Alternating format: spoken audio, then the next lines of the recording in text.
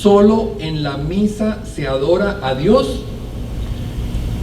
Esta es una pregunta que nos viene mucho a los padres, sobre todo que cuando empezamos a tener nuestros hijos adolescentes y empieza ese conflicto que yo ya no quiero ir a la misa, ¿por qué tengo que ir a la misa si yo puedo tener mi comunicación directa con Dios? No es lo que nos dicen, y muchos familiares, no solamente los hijos, ¿no? Gente que sí, yo puedo tener una comunicación con Dios y yo tengo que ir a la misa.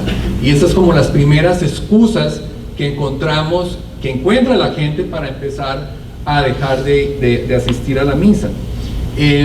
Entonces, lo que en esta pregunta pretendo darles a ustedes un poco de munición, un poco de conocimiento, un poco de racionamiento de qué contestar, cómo hacer una aproximación a ese tema. Tristemente, la asistencia a la misa ha decaído enormemente. El año pasado, antepasado, estuve en Europa y me daba tristeza ver esas catedrales tan gigantes y tan hermosas y vacías en domingo, o sea, no solo entre semana, en domingo. Catedrales tan lindas, o sea, es triste. Y aquí en Estados Unidos les quiero decir que estadísticamente es donde existe casi que la mayor participación de católicos en la misa. Aquí en Estados Unidos más o menos el 25% de los católicos asisten regularmente a la misa. Eso es un índice bastante alto. Chile fue un país que se caracterizó y tuvo una reputación católica absolutamente grande, y en Chile la cifra era del 15%. 15% de los católicos hoy en día asisten regularmente a la misa. En Argentina 24%. Entonces, tristemente vamos viendo que cada vez la gente se ha ido dejando con la creencia o con el decir de que yo no tengo que ir a misa para yo tener una buena relación con Dios. En el año 987, Vladimiro I de Kiev es donde hoy en día es Ucrania, él quiso volver su religión monoteísta. Ellos eran paganos, en esa época eran paganos, y quiso este rey volverse monoteísta. Así que él envió unos emisarios a sus países vecinos que estaban ya con religiones monoteístas, a que le informaran como cuál era la mejor de las religiones monoteístas de su época para él seguir. Así que envió a los emisarios, y de regreso llegan los que estuvieron en un país musulmán, y ellos le reportan que del musulmán percibieron mucha tristeza, mucho conflicto, y sobre todo que tenían una aversión al alcohol y al cerdo. Así que no quiso seguir el islamismo. De los judíos le contaron que los judíos habían perdido Jerusalén a mano de los musulmanes, y Vladimiro entendió que esa pérdida de Jerusalén a mano de los musulmanes era una señal que Dios había abandonado a los judíos. Por lo tanto, no quiso seguir el judaísmo. Y de los cristianos, de los católicos, fueron a Estambul y asistieron a una misa en la Catedral de Santa Sofía, hoy conocida como el Hagia Sofía. Y cuando regresaron, le dijeron a Vladimiro que cuando asistieron a esa misa no sabían si estaban en el cielo o en la tierra. Vladimiro I de Kiev se convirtió al catolicismo en el año 988, al año siguiente de esa misión, por la belleza de la misa,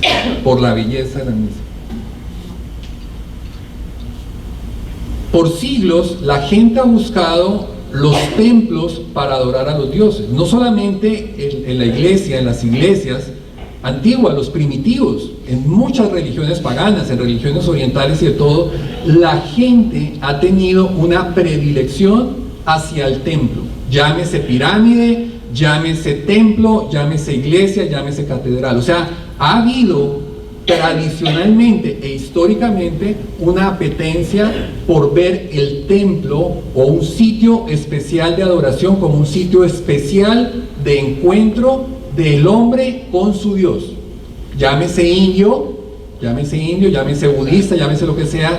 El concepto de que existe un edificio que tiene unas características especiales. Y eso está presente indudablemente también en el cristianismo y por supuesto en la Iglesia Católica. Vemos que el mismo Jesús nos cuenta que Jesús era su costumbre asistir al templo, asistir a la sinagoga. Ay, gracias. Esto es lo único que yo cobro, el vasito de la botellita, es algo baratísimo, la botellita de agua.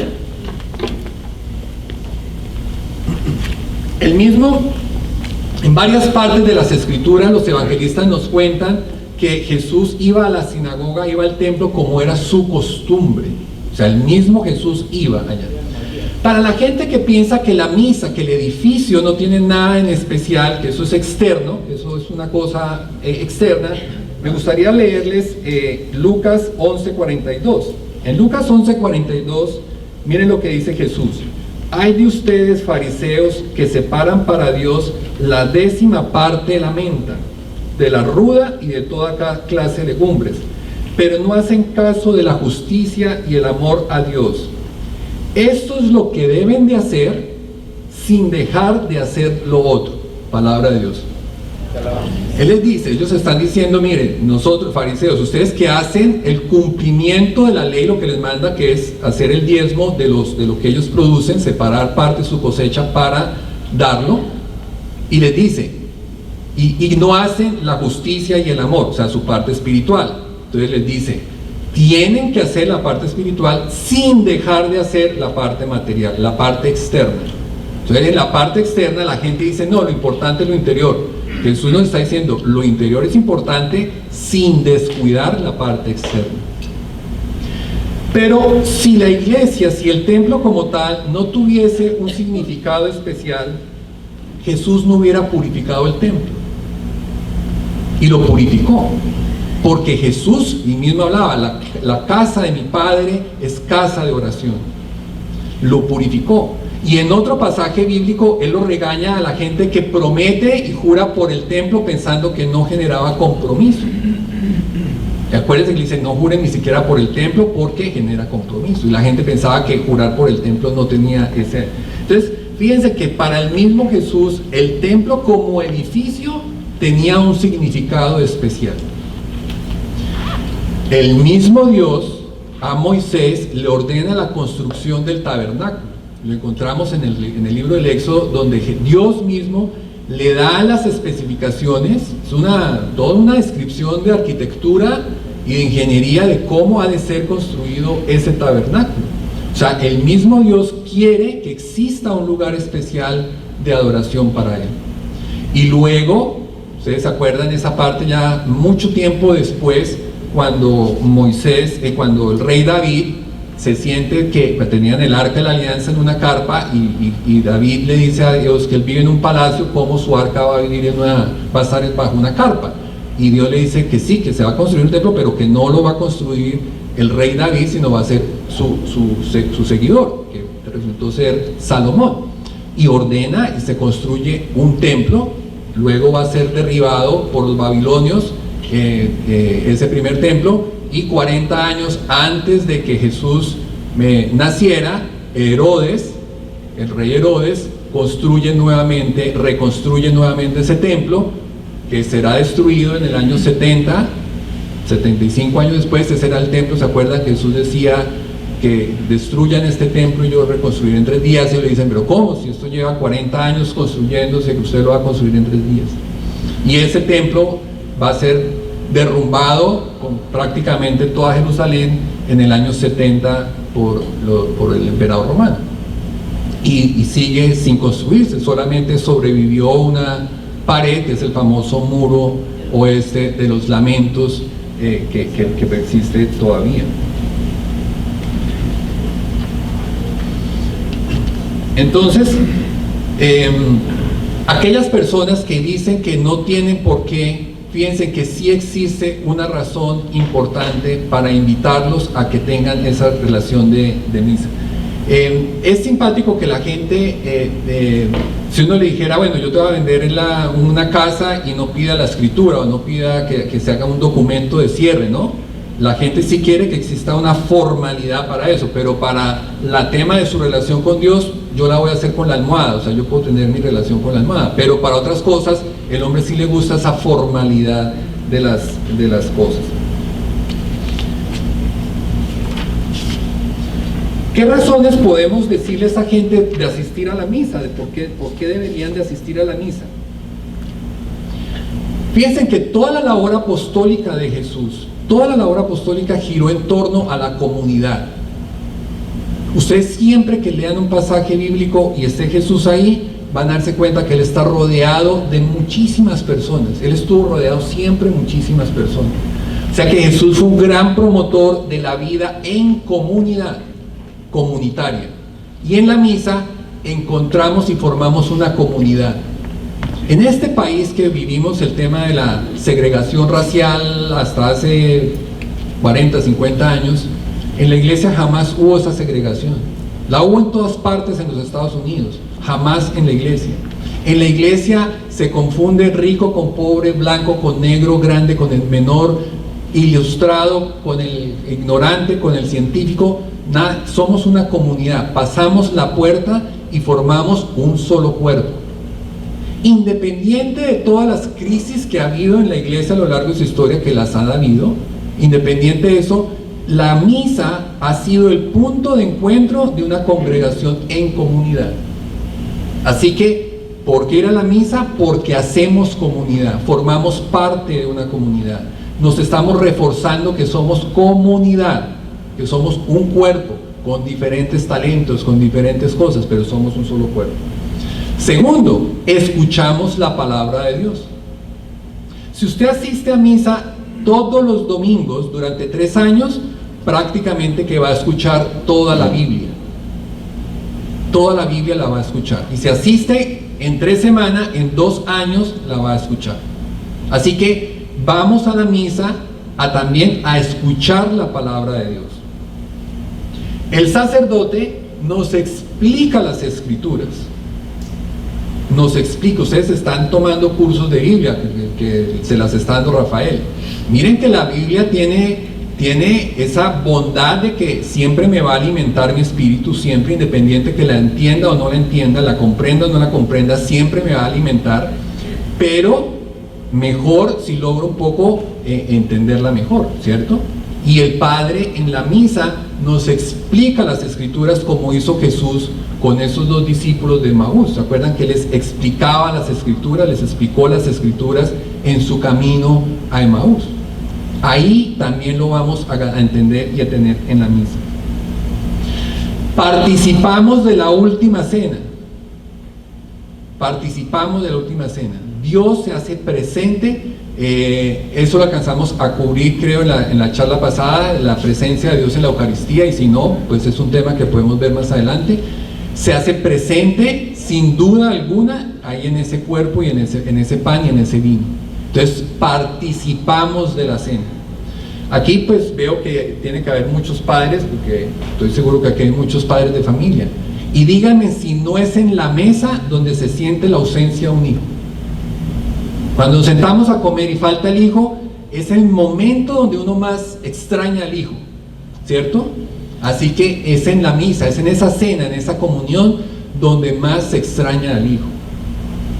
Y por último, es el sitio por excelencia de oración. Rezamos por los gobernantes, rezamos el uno por el otro, por todas nuestras necesidades. Y ese Padre Nuestro que a mí siempre me emociona, el solo hecho de imaginarme que yo estoy rezando algo que desde hace 2000 años Jesús se lo enseñó. Yo siempre que estoy rezando el Padre Nuestro, yo me transporto a esa montaña del Padre Nuestro y veo a Jesús enseñándomelo y yo repitiendo. A mí me parece hermoso que 2000 años después estemos repitiendo, nuestros hijos de 2 y 3 años ya repitan las palabras de Jesús. Oren así, enséñenos a orar así. Así que por eso es unas razones para ir a la misa. Les podemos decir a nuestros hijos cuando no quieren ir, miren, es esto. La gente dice que es que la misa es aburrida. La misa no es un circo. O sea, yo pienso que hoy en día, y más con los teléfonos y todo, tenemos tantas fuentes de entretención para divertirnos, para entretenernos, y la gente va con la expectativa de que tengo que salir entretenido en la misa, que es que el padre es muy aburrido, que es que el padre habla muy aburrido.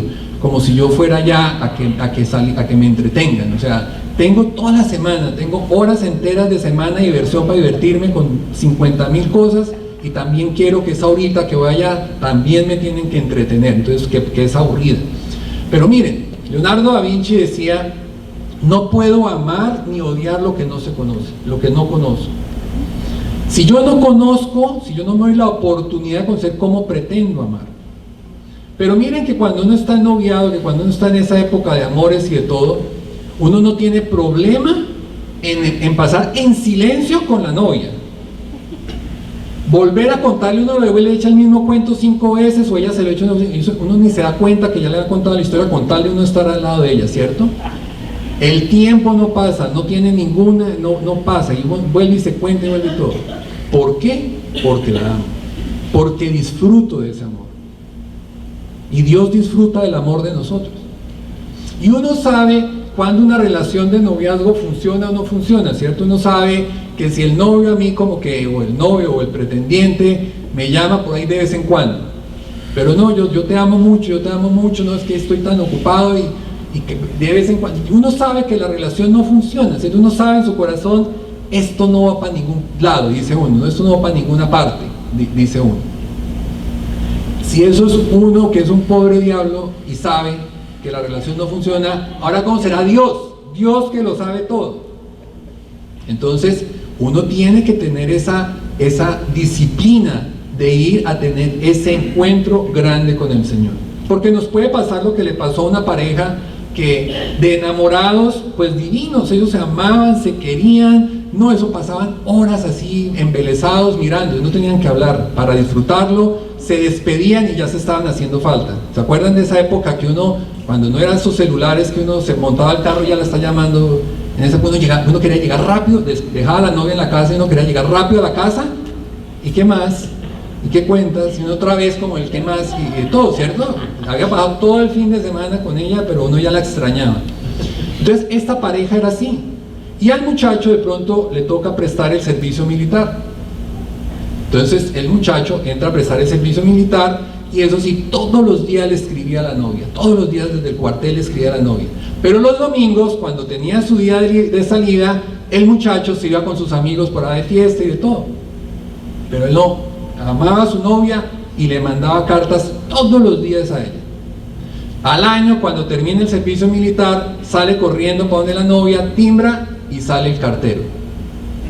La niña se había casado con el cartero, porque ¿a quién veía a la niña?